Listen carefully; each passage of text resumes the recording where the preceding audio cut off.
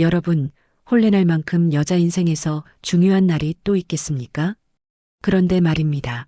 오늘 이야기의 주인공 채윤이라는 신부는 그날 눈물바다가 되고 말았습니다. 왜냐고요? 시어머니가 하객 300명 앞에서, 그것도 신부 친정 부모님 바로 옆에서 이렇게 말했거든요. 소문으로만 듣던 채씨집 교수가 겨우 이 정도란 말이지. 내 아들 며느리로 네가 들어온다니 한숨만 나온다. 우리 집안 체면이 말이 아니구나. 신부 친정 어머니는 그 자리에서 기절할 뻔했고, 하객들은 저게 무슨 경사스러운 날에 할 소린가 하며 수군거렸습니다. 그런데 말입니다. 그날 밤 신방에서 신랑이 밝힌 이야기를 들으니 이 며느리 그제야 눈물을 뚝 그치고 말았습니다. 아니, 오히려 시어머니께 감사의 절을 올렸습니다. 대체 무슨 사연이 있었던 걸까요? 자, 그럼 오늘 이야기 시작해 볼까요? 때는 조선 중기, 한양에서 3일 거리 떨어진 청산마을. 이 마을에 이씨 가문이라는 제법 이름 있는 양반집이 있었습니다. 이 집 도련님 이준호는 26 나이에 과거 급제까지 한 동네 자랑이었습니다. 게다가 검술 실력도 뛰어나 문과에도 합격할 뻔했다는 소문이 자자했지요. 키는 훤칠하고 얼굴은 잘생겼고 성품까지 온화했으니 온 고을 처자들의 마음을 설레게 하는 총각이었습니다. 그런 준호 도련님이 드디어 장가를 들게 되었으니 온 동리가 들썩들썩했습니다. 신부는 이웃 마을 채씨 가문의 외동딸 채윤. 얼굴도 곱고 마음씨도 고운 데다가 시 짓는 재주며 검은고 솜씨까지 뛰어난 그야말로 금지옥엽이었습니다. 두 집안은 서로 흠잡을 데 없는 혼처였고 마을 사람들은 모두 축복했습니다. 하지만 말입니다. 이 집에는 한 가지 비밀이 있었습니다. 바로 준호의 동생 소은이었습니다. 소은이는 준호보다 10살 아래였습니다. 소은이가 태어났을 때 어머니 강씨 부인은 난산으로 거의 죽을 뻔했습니다. 그 후유증으로 몸이 약해져서 소은이를 제대로 돌보지 못했지요. 그때 어린 소은이를 돌본 사람이 바로 오빠 준호였습니다. 10살짜리 준호는 갓난아기 소은이를 업고 밤새 자장가를 불러주었습니다. 소은이가 배고파 울면 유모를 찾아가고 아프면 약방까지 뛰어가곤 했지요. 어머니 강씨 부인은 나중에 이렇게 말했습니다. 소은이에게 준호는 오빠가 아니라 아버지 같은 존재였다. 아니, 어쩌면 그 이상이었을지도 모른다. 소은이는 자라면서 오빠만 따랐습니다. 오빠, 오늘 뭐 했어요? 오빠, 저랑 같이 놀아요. 오빠, 저 이쁘죠? 준호는 동생이 귀여워서 어디를 가든 데리고 다녔습니다. 서당에 갈 때도 친구들을 만날 때도 늘 소은이가 따라왔지요. 그렇게 몇 년이 흘렀습니다. 소은이가 10살이 되던 해 준호는 20살이 되어 한양으로 과거 공부를 떠났습니다. 그날 소은이는 대문 앞에서 하루 종일 울었습니다. 오빠, 가지 마세요. 저 두고 가지 마세요. 준호는 동생을 달래며 말했습니다. 소은아, 오빠가 급제해서 돌아올게. 그때까지 착하게 기다리고 있어. 언제 돌아와요? 금방이야. 1년이면 돌아온다. 하지만 1년은 소은이에게 너무 긴 시간이었습니다. 소은이는 매일 대문 앞에 나가 오빠를 기다렸습니다. 밥을 먹을 때도 잠을 잘 때도 오빠 생각뿐이었지요. 어머니 강씨 부인이 걱정했습니다. 소은아, 오빠가 없어도 너는 잘 지내야 한다. 오빠에게만 매달리면 안 돼. 하지만 소은이는 고개를 저었습니다. 어머니, 저는 오빠 없이는 못 살아요. 오빠가 전부예요. 강씨 부인은 한숨을 쉬었습니다. 이 아이가 오빠를 너무 좋아하는구나. 이건 좋은 게 아닌데. 그리고 1년 후 준호가 돌아왔습니다. 과거의 급제한 모습으로요. 소은이는 오빠를 보자마자 달려가 껴안았습니다. 오빠, 오빠, 정말 보고 싶었어요. 준호는 웃으며 동생을 안아 올렸습니다. 소은아, 많이 컸구나. 이제 11살이나 됐네. 오빠, 이제 안 떠나죠? 계속 여기 있죠? 그럼 이제 관직을 받아서 이 고을에서 일할 거야. 소은이 옆에 계속 있을게. 소은이는 그제야 환하게 웃었습니다. 그런데 말입니다. 소은이의 사랑은 점점 변질되기 시작했습니다. 15살이 된 소은이는 어느새 아름다운 처자가 되어 있었습니다. 그리고 오빠에 대한 감정도 이상하게 달라져 있었지요. 어느 날 소은이는 어머니에게 물었습니다. 어머니, 오빠는 언제 장가 가세요? 글쎄다. 아직 혼처를 정하지 않았구나. 왜? 소은이는 잠시 망설이다가 말했습니다. 저는 오빠가 장가 가는 게 싫어요. 어머니는 깜짝 놀랐습니다. 소은아, 그게 무슨 소리냐? 오빠는 언젠가 장가를 가야지. 싫어요. 오빠는 제 거예요. 다른 여자가 오빠를 빼앗아 가면 안 돼요. 어머니는 소은의 어깨를 잡고 단호하게 말했습니다. 소은아, 정신 차려라. 오빠는 내 오빠다. 내 것이 아니야. 오빠는 언젠가 아내를 맞이할 것이고 너도 시집을 가게 될 거야. 소은이는 고개를 저었습니다. 아니에요. 저는 시집 안 가요. 오빠 곁에만 있을 거예요. 어머니는 한숨을 쉬었습니다. 이 아이가 오빠를 너무 사랑하는구나. 이건 위험한 일이야. 그리고 얼마 후 준호에게 혼처가 정해졌습니다. 바로 이웃고을 박씨 가문의 딸 수진이었습니다. 수진은 얼굴도 곱고 마음씨도 착한 모두가 칭찬하는 처자였습니다. 혼담이 오가는 동안 소은이는 방에 틀어박혀 나오지 않았습니다. 어머니가 걱정스러워 방문을 두드렸습니다. 소은아, 밥이라도 먹거라. 싫어요. 배 안 고파요. 소은아, 오빠 혼례는 기쁜 일이야. 네가 축복해줘야지. 그러자 안에서 소은의 목소리가 들려왔습니다. 축복하라고요? 어떻게 축복해요? 모르는 여자가 와서 오빠를 빼앗아 가는데. 어머니는 가슴이 철렁했습니다. 그리고 혼례날 수진이 가마를 타고 이씨 가문에 도착했습니다. 어머니 강씨 부인은 수진의 손을 잡고 따뜻하게 말했습니다. 수진아, 이제 너는 내 딸이다. 친딸처럼 아끼겠다. 이 집에서 행복하게 살 거라. 수진은 눈물을 흘리며 절을 올렸습니다. 어머님 감사합니다. 최선을 다하겠습니다. 하객들은 모두 감동했습니다. 강씨 부인이 며느리를 진심으로 아끼시는구먼. 수진이도 복 많은 처자로구나. 그런데 그 옆에 서 있던 소은이의 얼굴은 차갑게 굳어 있었습니다. 소은이는 수진을 보며 속으로 중얼거렸습니다. 저 여자가 내 오빠를 빼앗아 간 여자구나. 절대 용서 못해. 혼례 후 소은이는 겉으로는 다정한 시누이를 연기했습니다. 새언니, 환영해요. 우리 친하게 지내요. 수진은 환하게 웃으며 대답했습니다. 고마워요, 소은아. 나도 동생이 생긴 것 같아 기뻐요. 소은이는 수진의 손을 잡으며 웃었지만 그 눈빛만큼은 차갑게 식어 있었습니다. 그날 밤부터 소은이의 괴롭힘이 시작되었습니다. 처음에는 아주 사소한 것부터였습니다. 수진이 아침에 일어나 보니 빛이 사라져 있었습니다. 분명 여기 뒀는데. 소은이가 방에 들어와서 말했습니다. 새언니, 뭐 찾으세요? 아, 빛을 못 찾겠네. 어머, 그래요? 제가 도와드릴게요. 소은이는 열심히 찾는 척하다가 이불 밑에서 빛을 꺼내 들었습니다. 어머, 여기 있었네요? 새언니, 물건 정리를 좀 잘하셔야죠. 후후. 수진은 이상했지만 그냥 넘어갔습니다. 며칠 후에는 수진이 정성껏 만든 떡이 부엌에서 사라졌습니다. 분명 여기 놨는데 떡이 어디 갔지? 그런데 그날 저녁 소은이가 어머니께 말했습니다. 어머니, 제가 오늘 부엌에서 떡을 봤는데 개가 물어갔더라고요. 새언니가 문을 안 닫아놨나 봐요. 어머니가 수진에게 물었습니다. 수진아, 부엌 문을 열어뒀니? 아니에요, 어머님. 분명히 닫았는데. 그래. 그럼 누가 열었을까? 조심하거라. 음식 버리면 아깝잖니. 수지는 억울했지만 변명할 수 없었습니다. 이런 일들이 계속되었습니다.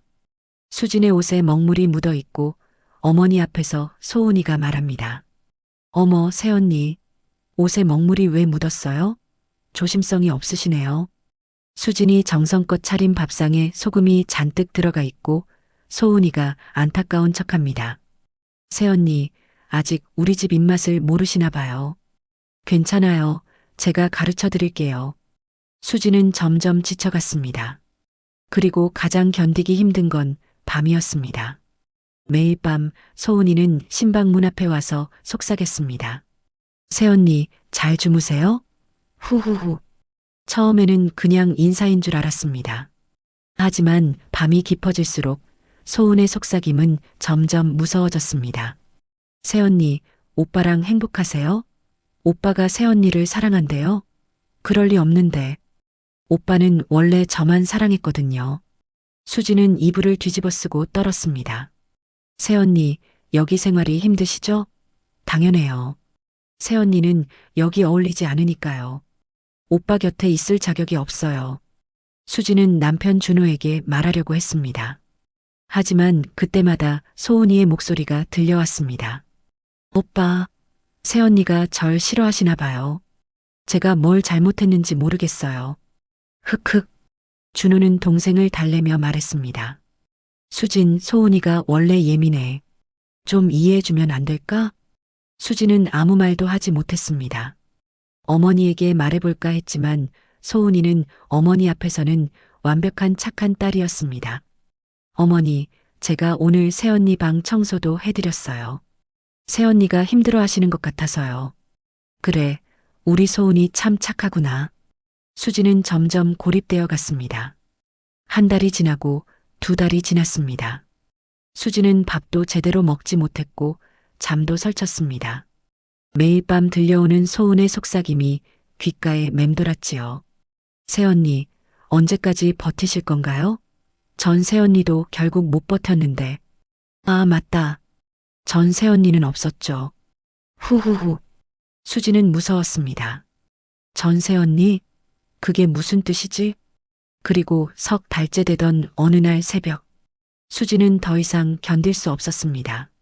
수지는 방에 편지를 남겼습니다. 미안합니다, 서방님. 저는 이 집에서 살 수 없습니다. 매일 밤 들려오는 목소리, 매일 당하는 괴롭힘. 어머님께 말씀드려도 믿어주시지 않고 서방님께 말씀드려도 소용이 없습니다. 저는 너무 힘듭니다. 차라리 죽는 게 나을 것 같습니다.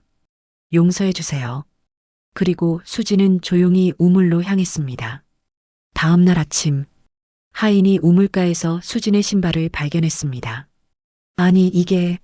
사람들이 우물을 들여다보니 물속에 수진이 떠 있었습니다. 온 집안이 발칵 뒤집혔습니다. 준호는 미친 듯이 우물로 달려갔습니다. 수진, 수진아. 수진의 시신을 건져 올렸지만 이미 늦었습니다. 어머니 강씨 부인은 그 자리에 주저앉아 울었습니다. 수진아, 수진아. 왜 이런 일이... 그리고 수진의 방에서 편지가 발견되었습니다. 준호가 편지를 읽고는 온몸이 얼어붙었습니다. 매일 밤 들려오는 목소리, 매일 당하는 괴롭힘. 어머니도 편지를 읽고는 얼굴이 하얗게 질렸습니다. 그때 소은이가 방에서 나와 울부짖었습니다. 새언니, 새언니, 왜 이러세요? 저 때문인가요? 제가 뭘 잘못했길래... 소은은 수진의 시신 앞에서 통곡했습니다. 누가 봐도 진심으로 슬퍼하는 것처럼 보였습니다. 하지만 어머니 강씨 부인은 느꼈습니다. 혹시 소은이가... 장례를 치른 후 어머니는 소은을 따로 불렀습니다. 소은아, 어머니한테 솔직하게 말해봐라. 수진이를 괴롭힌 게 너냐? 소은은 눈을 크게 뜨며 부인했습니다. 어머니, 무슨 말씀을 그렇게 하세요? 저는 새언니를 정말 좋아했어요. 그럼 편지에 나온 목소리는 뭐냐? 매일 밤 들려오는 목소리.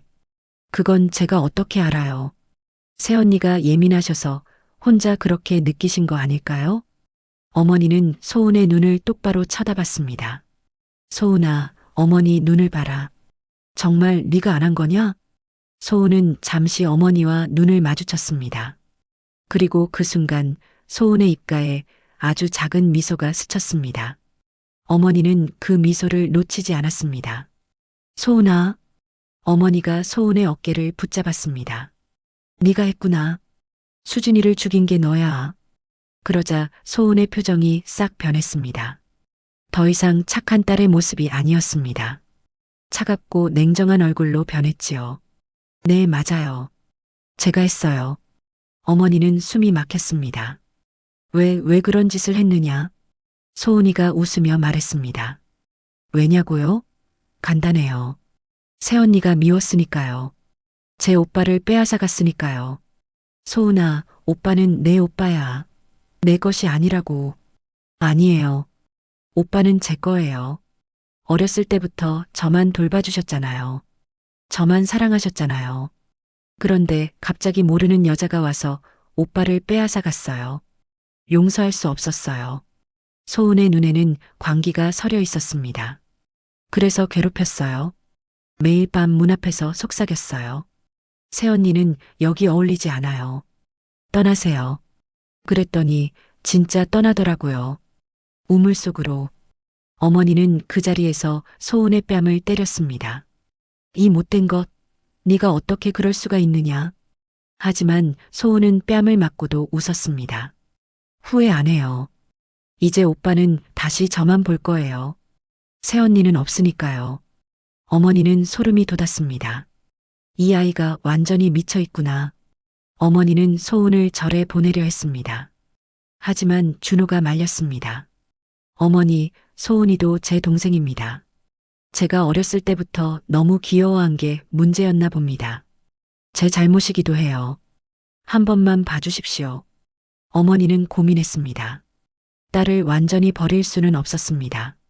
결국 소은은 집에 남았고 이 비밀은 가족만 아는 것이 되었습니다. 하지만 어머니는 매일 밤 악몽을 꾸었습니다. 수진이 나타나 울부짖는 꿈을요. 미안하다, 수진아.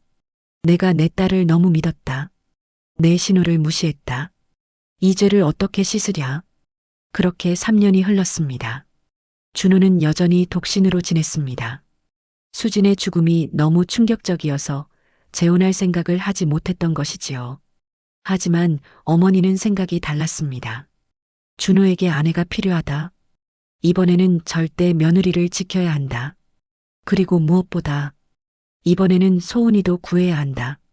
어머니는 그 3년 동안 소은을 지켜보았습니다. 소은은 겉으로는 아무 일 없다는 듯 지냈습니다. 하지만 가끔씩 오빠를 바라보는 눈빛에서 어머니는 그 집착이 전혀 사그라지지 않았다는 걸 알았습니다. 어머니는 생각했습니다. 이대로 두면 소은이는 또 그런 짓을 할 것이다. 그러면 소은이도 파멸한다. 딸을 구하려면 딸의 집착을 끊어야 한다. 하지만 어떻게? 어머니는 밤마다 고민했습니다. 그리고 어느 날 이웃 마을 채씨 가문의 딸 채윤을 소개받았습니다. 채윤은 얼굴도 곱고 마음씨도 고운 수진만큼이나 훌륭한 처자였습니다. 어머니는 준호를 불러 말했습니다. 준호야, 이제 재혼을 생각해봐라. 내 나이가 벌써 29이다. 준호는 고개를 저었습니다. 어머니, 저는 아직 수진이도 네가 행복하길 바랄 거다. 채윤이라는 처자가 있는데 한번 만나보지 않겠니? 준호는 고민 끝에 승낙했습니다. 그리고 채윤을 만난 준호는 마음이 움직였습니다. 채윤은 수진처럼 착하고 따뜻한 사람이었지요. 혼담이 오가기 시작했습니다. 그런데 말입니다. 소은이 이 소식을 들었습니다. 소은은 어머니 방으로 뛰어왔습니다. 어머니, 오빠가 재혼한다고요? 그래, 이제 준호도 아내를 맞이해야지. 소은의 얼굴이 일그러졌습니다. 안 돼요. 오빠는 다시 장가가면 안 돼요. 소은아, 정신 차려라. 오빠는 혼자 살 수 없어. 그럼 제가 오빠를 돌볼게요. 다른 여자는 필요 없어요. 어머니는 소은의 어깨를 붙잡았습니다. 소은아, 네가 3년 전에 뭘 했는지 기억하지? 수진이를 죽였잖니. 소은은 표정 하나 변하지 않았습니다. 네, 기억해요. 그래서 뭐요? 이번에도 똑같이 하면 되죠. 어머니는 온몸에 소름이 돋았습니다. 이 못된 것, 또 그럴 생각이냐? 당연하죠. 오빠는 제 거예요. 누구한테도 안 빼앗겨요. 어머니는 그날 밤 잠을 이루지 못했습니다. 그리고 결심했습니다. 이번에는 다르게 해야 한다. 소은이도 살리고 며느리도 지켜야 한다. 두 마리 토끼를 다 잡아야 한다. 어머니는 준호를 따로 불렀습니다. 준호야, 어머니가 할 말이 있다. 네, 어머니. 이번 며느리는 내가 반드시 지킬 것이다. 그리고 소은이도 구할 것이다. 준호는 어머니의 단호한 눈빛을 보았습니다. 어머니, 어떻게 하실 건데요? 어머니는 천천히 말을 꺼냈습니다. 소은이가 왜 수진이를 그렇게 괴롭혔는지 생각해봐라. 오빠를 빼앗겼다고 느꼈기 때문이다. 며느리가 들어와서 오빠의 사랑을 독차지한다고 생각했기 때문이다. 그렇죠, 어머니. 그런데 내가 만약 채윤을 끔찍이 아끼면 어떻게 되겠니? 온 집안이 며느리 편이 되는 거야. 소은이만 혼자 남겨지는 거지. 그러면 소은이는 더욱 고립감을 느끼고 분노가 폭발해서 3년 전보다 더 심하게 며느리를 괴롭힐 것이다. 준호의 얼굴이 굳었습니다. 하지만 내가 채윤을 차갑게 대하면 소은이는 이렇게 생각할 거야. 어머니도 저 여자를 싫어하는구나. 굳이 내가 나서지 않아도 어머니가 알아서 쫓아내주겠구나. 어머니의 눈빛이 날카로워졌습니다. 그래서 나는 홀레날부터 채윤을 차갑게 대할 것이다. 하객들 앞에서 망신을 줄 것이다. 준호는 깜짝 놀랐습니다. 하지만 어머니, 그것만으로는 부족하지 않습니까? 소은이가 결국 참지 못하고 움직일 겁니다. 어머니가 말했습니다. 그렇다. 그래서 두 번째 계획이 있다. 어머니는 잠시 멈췄다가 말을 이었습니다. 소은이에게 역할을 줄 것이다. 역할이요? 소은이에게 이렇게 말할 것이다. 네가 며느리를 감시해라. 며느리가 잘못하는 게 있으면 나한테 보고해라. 준호는 눈을 크게 떴습니다. 소은이에게 감시 역할을 준다고요? 그래, 소은이는 오빠를 독차지하고 싶어 한다. 하지만 오빠를 독차지할 수 없다면 적어도 이 집에서 자신이 중요한 존재이고 싶어 한다. 어머니가 믿고 맡기는 역할이 생기면 소은이는 존재감을 느낄 것이다. 그러면 며느리를 함부로 괴롭히지 않을 것이다. 준호가 고개를 끄덕이며 말했습니다. 감시 역할을 맡으면 자기가 뭔가 잘못하면 들킬 수 있으니까요. 자기 행동을 조심하게 되겠군요. 바로 그거다. 하지만 그것만이 아니야. 어머니의 입가에 묘한 미소가 떠올랐습니다. 소은이는 며느리를 감시하면서 며느리의 진심을 직접 눈으로 보게 될 것이다. 채윤이 얼마나 성실하고 착한지를. 그리고 그 모습을 보면서 소은이 마음속에 변화가 생길 수도 있다. 준호는 어머니를 바라봤습니다. 어머니, 하지만 그게 잘 될까요? 소은이가 변할까요? 어머니는 솔직하게 말했습니다. 장담하지 못한다. 소은이는 오히려 더 질투가 날 수도 있어. 채윤이 너무 착한 걸 보고 더 미워질 수도 있지. 그래서 세 번째 계획이 필요하다. 어머니가 단호하게 말했습니다. 소은이가 결국 본성을 드러내는 순간 반드시 모든 증거를 잡을 것이다. 그리고 모두가 보는 앞에서 소은의 죄를 낱낱이 밝힐 것이다. 준호는 주먹을 불끈 쥐었습니다. 하지만 어머니, 그러면 소은이가 크게 다칩니다. 알고 있다. 어머니의 눈에 눈물이 고였습니다. 하지만 그것만이 소은이를 구하는 방법이다. 소은이가 자신의 죄를 공개적으로 직면해야만 그제야 정신을 차릴 것이다. 살짝 혼내거나 조용히 처리해서는 소은이가 변하지 않는다. 공개적인 망신과 처벌만이 소은이의 뒤틀린 마음을 고칠 수 있다. 준호는 오랫동안 침묵했습니다. 어머니, 그게 딸을 위한 사랑입니까? 그래, 이게 진짜 어머니의 사랑이다. 딸이 잘못된 길을 가고 있을 때 눈 감아주는 게 사랑이 아니야. 때로는 아프게 해야 한다. 그래야 딸이 산다. 어머니는 눈물을 닦았습니다. 그리고 채윤도 지킨다. 딸도 구하고 며느리도 지킨다. 두 마리 토끼를 다 잡는 것이다. 준호는 고개를 끄덕였습니다. 알겠습니다, 어머니. 제가 반드시 증거를 잡겠습니다. 어머니는 눈물을 흘리며 말했습니다. 미안하구나, 준호야. 그리고 채윤에게도 미안하다. 오늘 신방에서 채윤에게 모든 진실을 말해줘라. 우리가 그녀를 지키고 있다는 걸 알려줘라. 그리고 수진아. 어머니는 하늘을 바라보며 중얼거렸습니다. 이번에는 반드시 지킬게. 내 원한을 풀어줄게. 혼례 전날 밤 어머니는 소은을 불렀습니다. 소은은 여전히 굳은 표정이었습니다. 소은아, 어머니가 할 말이 있다. 뭐예요? 어머니는 소은의 눈을 바라보며 말했습니다. 내일 채윤이 이 집에 들어온다. 어머니는 채윤을 못마땅하게 생각한다. 솔직히 말해서 나는 채윤이 우리 집에 어울리는지 아직 모르겠어. 소은의 눈이 살짝 반짝였습니다. 그래서 말인데 소은아, 네가 채윤이를 지켜봐다오. 제가요? 그래. 채윤이 이 집에 들어와서 어떻게 사는지, 어떤 사람인지 네가 직접 두 눈으로 지켜보고 나한테 보고해다오. 어머니는 내 눈을 믿는다. 소은의 표정이 조금 달라졌습니다. 저를 믿는다고요? 그래, 이 집에서 오래 살았고 제일 잘 아는 사람이 너잖니. 네가 감시해줘야 어머니가 안심한다. 소은은 잠시 생각하더니 고개를 끄덕였습니다. 알겠어요, 어머니. 제가 잘 지켜볼게요. 소은이 방에서 나간 후 어머니는 깊은 한숨을 내쉬었습니다. 소은아, 제발 이 과정에서 내 마음이 조금이라도 변하길 바란다.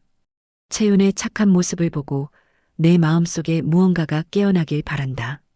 그게 어머니의 진짜 소원이야. 혼례날 아침 신부 채윤은 떨리는 마음으로 붉은 원삼을 입고 족두리를 썼습니다. 어머니가 눈물을 글썽이며 손을 꼭 잡고 말했지요. 유나, 시댁 가서도 우리 딸 착한 마음 잃지 말거라. 네가 얼마나 귀한 딸인지 알아주는 시댁이니 행복할 거다. 알았지?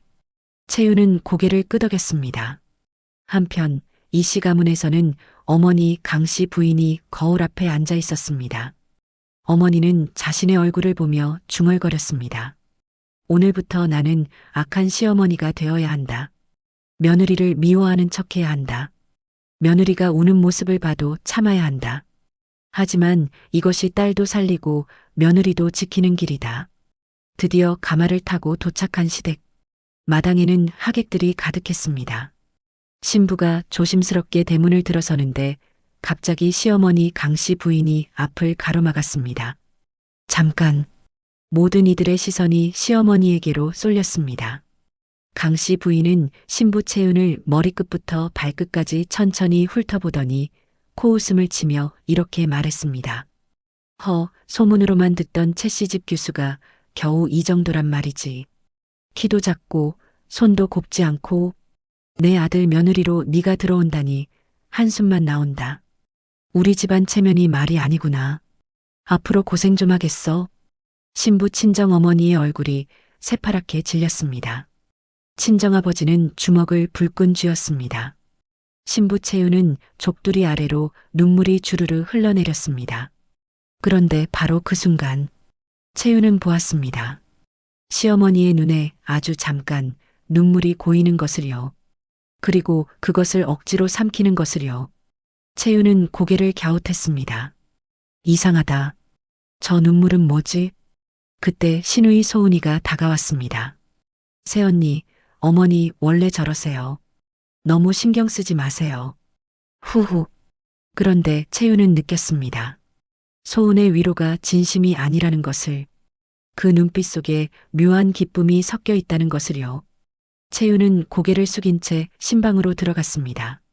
신방에서 혼자 눈물을 흘리며 생각했습니다. 시어머님의 눈에서 본 그 눈물은 무엇일까? 차갑게 망신을 주면서도 왜 눈물을 흘리셨을까? 그날 밤 신랑 준호가 조심스럽게 들어왔습니다. 촛불이 흔들리는 신방 안 신부 채윤은 아직도 눈물 자국이 남아 있었습니다. 준호는 신부를 보자마자 무릎을 꿇고 앉았습니다. 채윤, 정말 미안하오. 오늘 어머니가 그런 말씀을 하실 줄은. 당신이 얼마나 놀라고 상처받았을지.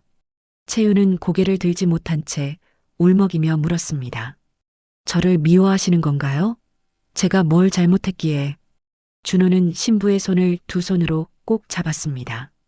아니요. 절대 아니요. 오히려 어머니는 당신의 목숨을 지키려 하신 거요. 신부는 눈을 동그랗게 뜨고 신랑을 바라봤습니다. 그리고 어머니는 또 한 사람을 구하려 하고 계시오. 또 한 사람이요? 준호는 깊은 숨을 들이쉬었습니다. 그리고 채윤에게 모든 진실을 말해주었습니다. 수진의 이야기를, 소은의 집착을, 그리고 어머니의 계획을요. 채윤은 준호의 이야기를 들으며 눈물을 흘렸습니다. 그렇군요. 시어머님은 홀레날 망신을 주심으로써 소은 아씨를 안심시키신 거군요. 그렇소. 그리고 소은 아씨에게 감시 역할을 주심으로써 소은 아씨의 행동을 묶어두시려는 거고요. 맞소. 하지만 소은 아씨가 결국 본성을 드러낼 거라는 것도 알고 계시는 거잖아요. 준호가 고개를 끄덕였습니다. 그때를 위해 증거를 잡으려 하고 계시는 거고요. 소은 아씨를 공개적으로 처벌함으로써 오히려 소은 아씨를 구하려는 거잖아요.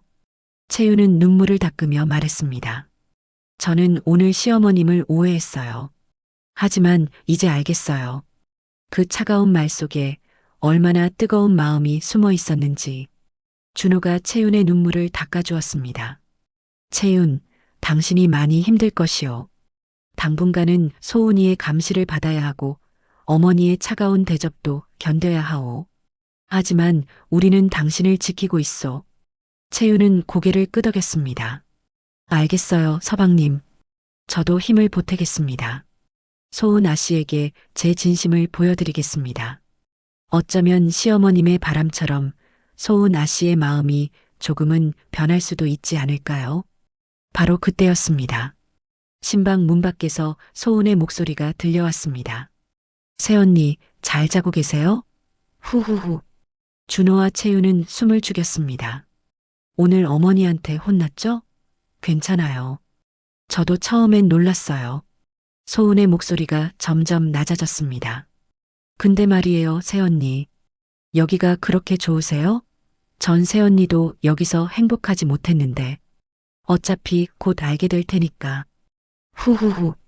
준호가 채윤의 손을 꼭 잡으며 속삭였습니다. 두려워 마시오.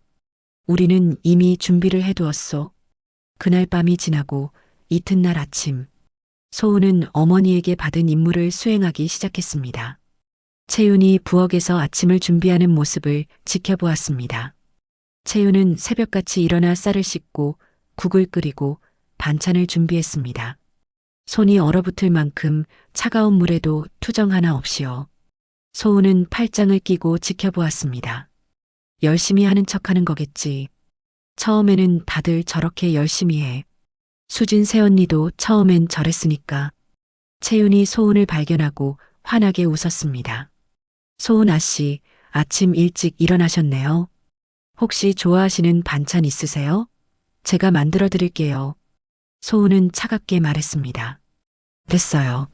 새언니는 어머니 밥상이나 잘 차리세요. 채윤은 미소를 잃지 않으며 말했습니다.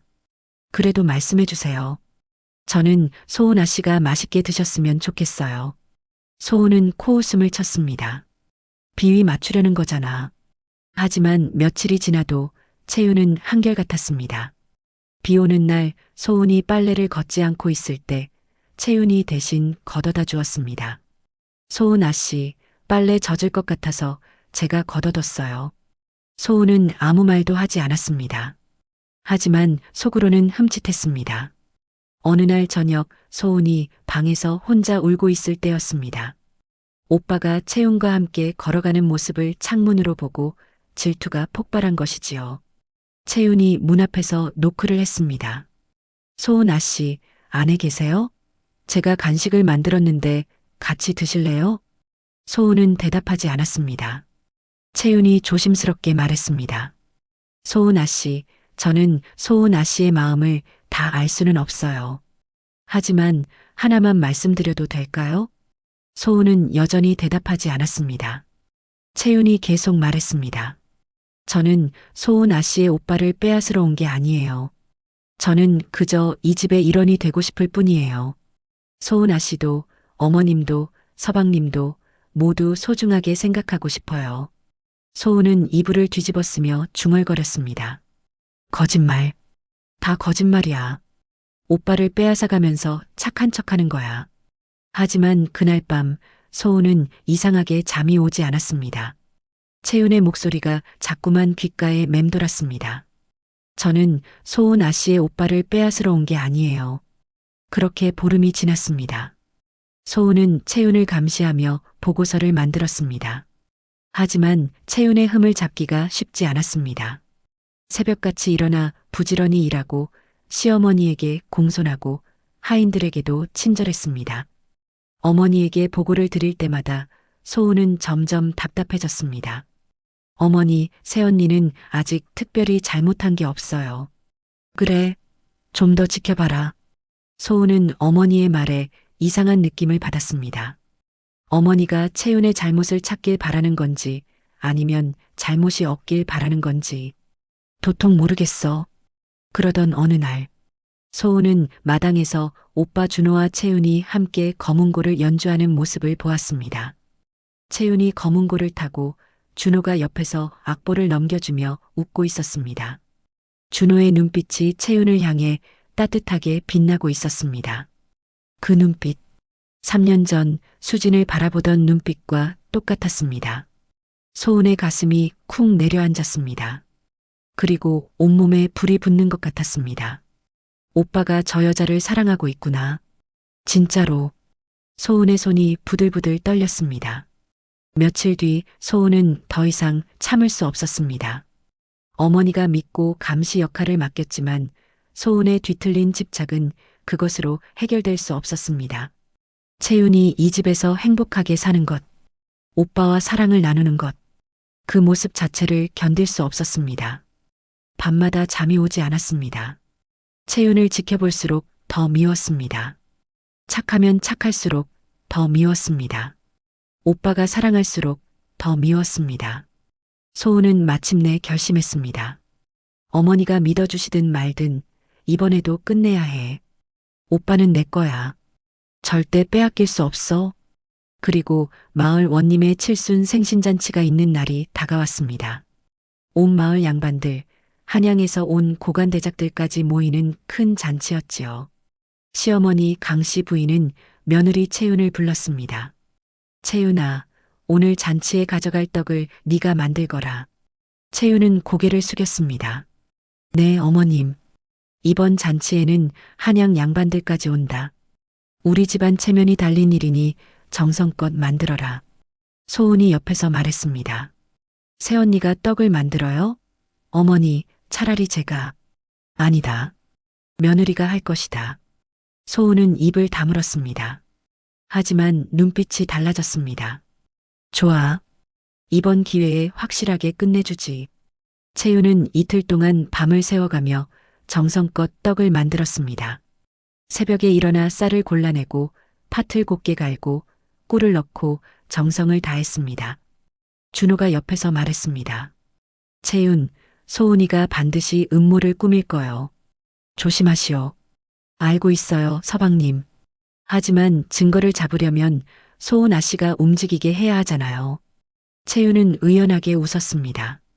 그리고 마지막 날 밤, 채윤이 잠깐 화장실에 다녀온 사이 소은이 부엌에 몰래 들어왔습니다. 후후후, 새언니 정말 정성껏 만들었네? 하지만 소용없어. 소은은 품속에서 소금 주머니를 꺼냈습니다. 이번에는 확실하게 끝내주지. 소은은 떡 반죽에 소금을 한 움큼, 두 움큼, 세 움큼이나 넣었습니다. 이렇게 하면 새언니는 원님 앞에서 완전히 망신당할 거야. 그리고 결국 이 집을 나갈 거고 오빠는 다시 나만 볼 거야. 소은은 만족스러운 표정으로 방으로 돌아갔습니다. 하지만 소은은 몰랐습니다. 그 순간 대들보 위에 숨어있던 준호가 모든 걸 지켜보고 있었다는 것을, 그리고 부엌 창문 밖에서 시어머니 강씨 부인이 모든 걸 목격하고 있었다는 것을, 심지어 마당 한 구석에서 부엌 하인도 지켜보고 있었다는 것을. 시어머니는 주먹을 불끈 쥐며 눈물을 흘렸습니다. 소은아, 네가 결국 움직였구나. 어미가 그렇게 기회를 주었건만, 어미가 그렇게 바랐건만. 시어머니는 눈물을 닦으며 마음을 다잡았습니다. 이제 끝내야 한다. 소은이를 위해서라도. 잔치날. 이씨 가문은 떡을 들고 원님 댁으로 향했습니다. 마당에는 양반들이 300명도 넘게 모여 있었습니다. 원님이 자리에 앉고 하객들이 모두 모였습니다. 자, 이제 각 가문에서 준비한 음식을 맛보도록 하지. 먼저 김씨 가문의 떡, 박씨 가문의 떡이 나왔습니다. 모두들 맛있다며 칭찬했습니다. 그리고 마지막으로 이씨 가문의 떡이요. 원님이 떡을 들어 한 입 베어 물었습니다. 그런데 원님의 얼굴이 굳어졌습니다. 이게 대체. 원님이 떡을 뱉어냈습니다. 이게 무슨 떡이요? 소금 덩어리가 아니요. 하객들이 웅성거렸습니다. 소은은 겉으로는 놀란 척하며 외쳤습니다. 어머, 새언니, 어떻게 이런 실수를. 어머니, 제가 만들까 말씀드렸잖아요. 채윤은 얼굴이 하얗게 질렸습니다. 바로 그때였습니다. 시어머니 강씨 부인이 벌떡 일어나 마당 한가운데로 걸어나갔습니다. 원님, 그리고 여기 계신 모든 분들, 모두가 시어머니를 바라봤습니다. 이 떡은 제 며느리가 만든 게 아닙니다. 누군가가 일부러 고의적으로 이 떡을 망쳐놓은 것입니다. 원님이 눈을 크게 뜨며 물었습니다. 증거가 있소? 시어머니는 품속에서 천천히 무언가를 꺼내 들었습니다. 소금 주머니, 그리고 소은의 옷에서 떼어낸 헝겊 조각. 이 소금 주머니는 제 딸 소은의 방에서 찾은 것입니다. 그리고 이 헝겊은 채윤의 떡시루에 묻어있던 것인데 소은의 옷과 정확히 일치합니다. 소은의 얼굴이 하얗게 질렸습니다. 어머니, 무슨 말씀을. 시어머니는 멈추지 않았습니다. 그뿐만이 아닙니다. 준호가 앞으로 나와 증언서를 꺼냈습니다. 저는 사흘 전밤 대들보 위에서 소은이 직접 소금을 넣는 것을 목격했습니다. 부엌 하인도 나왔습니다. 소인도 목격했습니다. 하객들이 술렁였습니다. 준호가 목소리를 높였습니다. 그리고 이것이 전부가 아닙니다. 3년 전 제 첫 아내 수진이 우물에 몸을 던진 것도 소은이 매일 밤 협박하고 괴롭혔기 때문입니다. 그 유서가 여기 있습니다. 하객들이 충격에 빠졌습니다. 저런. 신우이가 며느리를 죽음으로 몰아갔다니. 소은은 땅바닥에 주저앉아 울부짖었습니다. 아니에요. 저는 그런 적 없어요. 어머니, 오빠. 하지만 시어머니는 차갑게 말했습니다. 그만 거짓말을 하거라, 소은아. 시어머니가 한 걸음 앞으로 나왔습니다. 나는 사흘 전밤 부엌 창문 밖에서 네가 소금을 넣는 모습을 직접 목격했다. 시어머니의 눈에서 눈물이 흘러내렸습니다. 소은아, 나는 너를 너무 사랑했다. 그래서 3년 전에도 내 본성을 알고도 외면했다. 내 딸이 설마 그랬을까 하며 스스로를 속였다. 그래서 죄 없는 며느리가 죽었다. 시어머니가 흐느꼈습니다. 나는 그 죄책감에 3달 동안 밥도 못 먹고 밤마다 울었다. 그리고 결심했다. 이번에는 달리 해야 한다고. 시어머니가 하객들을 향해 돌아섰습니다. 여러분, 저는 오늘 고백하겠습니다. 혼례날 제가 며느리 채윤에게 차갑게 굴고 망신을 준 것 기억하십니까? 하객들이 고개를 끄덕였습니다. 그것은 일부러 그런 것이었습니다. 하객들이 웅성거렸습니다. 소은이는 오빠를 집착합니다. 온 집안이 며느리 편이 되면 소은이는 더욱 고립감과 분노를 느끼고 며느리를 더 심하게 괴롭힐 것이었습니다. 하지만 제가 며느리를 차갑게 대하면 소은이는 안심하고 손을 놓을 거라고 생각했습니다. 시어머니가 소은을 바라봤습니다. 그리고 소은이에게 며느리 감시 역할을 맡겼습니다. 소은이가 존재감을 느끼게 해주면서 동시에 채윤의 착한 모습을 직접 눈으로 보게 하고 싶었습니다. 채윤의 진심을 보고 소은이 마음이 조금이라도 변하길 바랐습니다. 시어머니의 목소리가 떨렸습니다. 저는 딸도 살리고 싶었습니다. 며느리도 지키고 싶었습니다. 2마리 토끼를 다 잡고 싶었습니다. 하지만 소은이는 끝내 본성을 드러냈습니다. 시어머니가 소은에게 다가갔습니다. 소은아, 어미는 너를 사랑한다. 하지만 바로 그 사랑 때문에 오늘 이렇게 하는 것이다. 네가 이 자리에서 내 죄를 직면해야만 그제야 정신을 차릴 수 있다. 조용히 넘어가면 너는 변하지 않는다. 그러면 너는 결국 파멸한다. 시어머니가 원님을 향해 절을 올렸습니다. 원님, 제 딸 소은을 처벌해 주십시오. 이것이 딸을 살리는 길입니다. 마당이 쥐 죽은 듯 조용해졌습니다. 그 말을 들은 소은은 멈칫했습니다. 어머니가 나를 처벌해 달라고 하고 있다. 어머니가 나를 죽이려는 게 아니다. 어머니가 나를 살리려는 것이다. 소은은 그제야 무언가가 무너지는 것을 느꼈습니다. 원님이 천천히 일어났습니다. 강씨 부인, 고개를 드시오. 원님이 엄숙하게 말했습니다. 과인이 모든 걸 이해했소. 강씨 부인은 딸도 살리고 며느리도 지키기 위해 스스로 악역을 자처하셨구먼. 원님이 소은을 향해 돌아섰습니다. 소은, 내 행실이 이러하니 당장 절로 들어가 참회하거라. 5년 동안 속죄하도록 하라. 하객들이 고개를 끄덕였습니다. 당연하지. 소은은 끌려가다가 멈췄습니다. 그리고 어머니를 바라봤습니다. 어머니는 눈물을 흘리며 소은을 바라보고 있었습니다. 소은은 처음으로 느꼈습니다. 저 눈물이 진심이라는 것을, 어머니가 나를 처벌하는 것이 사랑이라는 것을. 소은의 눈에서 눈물이 흘러내렸습니다. 처음으로 진심에서 우러나오는 눈물이었습니다. 어머니, 소은이 작은 목소리로 말했습니다. 제가 잘못했어요. 그것뿐이었습니다. 하지만 그 한마디에 모든 것이 담겨 있었습니다. 어머니는 더 이상 참지 못하고 흐느꼈습니다. 소은은 관리들에게 이끌려 마당을 빠져나갔습니다.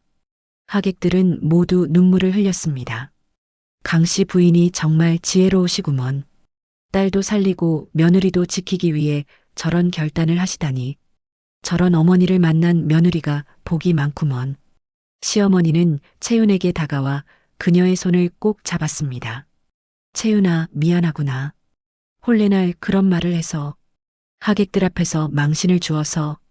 시어머니도 눈물을 흘렸습니다. 하지만 그것만이 너를 지킬 수 있는 유일한 방법이었단다. 채윤은 시어머니를 꼭 껴안았습니다. 어머님, 이제 알겠습니다. 어머님의 마음을. 시어머니도 며느리를 꼭 안았습니다. 우리 딸 정말 고생 많았구나. 채윤의 친정 부모님도 다가와 절을 올렸습니다. 사돈어른 오해했습니다. 홀레날 그 말씀을 듣고 얼마나 분노했는지 모릅니다. 하지만 이제 알겠습니다. 원님이 자리에서 일어나 말했습니다. 이씨 가문이여, 오늘 과인은 떡은 먹지 못했지만 훨씬 더 귀한 것을 보았소. 진짜 사랑이 무엇인지, 진짜 지혜가 무엇인지를.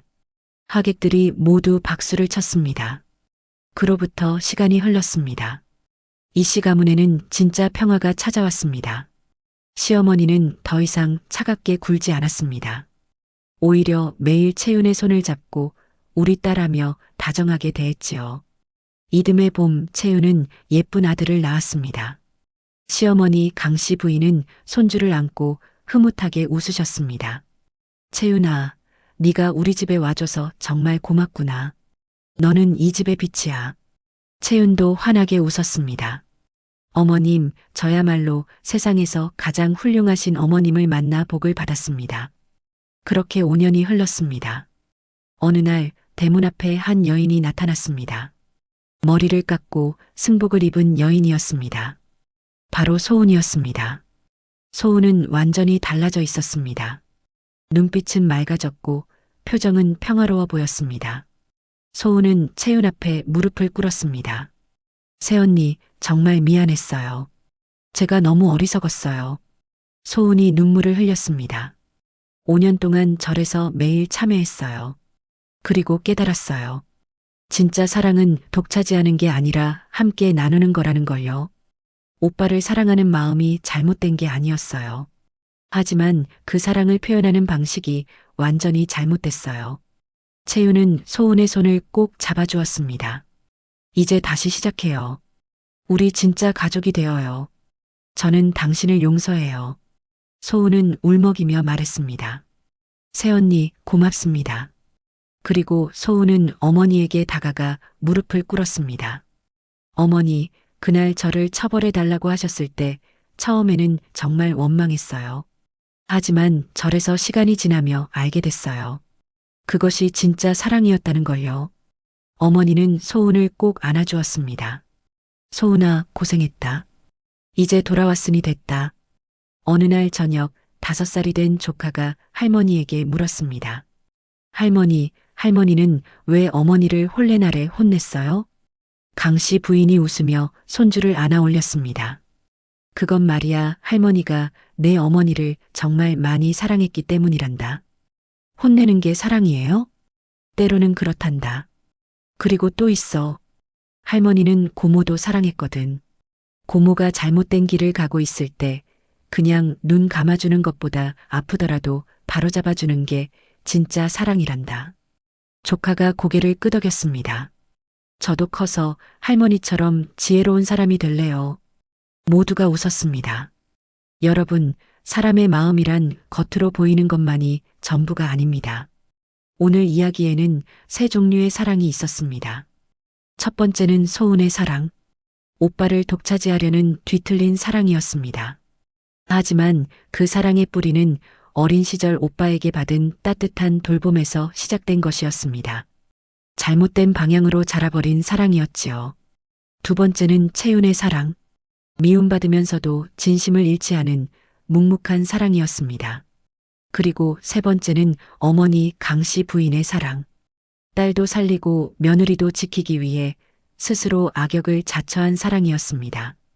때로는 아프게 해야만 살릴 수 있다는 것을 알았던 가장 깊고 지혜로운 사랑이었습니다. 여러분, 지금 여러분 곁에 있는 사람 중에 차가운 말 속에 뜨거운 사랑을 숨기고 있는 사람은 없습니까? 때로는 가장 아픈 말이 가장 깊은 사랑에서 나오기도 합니다. 자, 오늘 이야기 어떠셨습니까?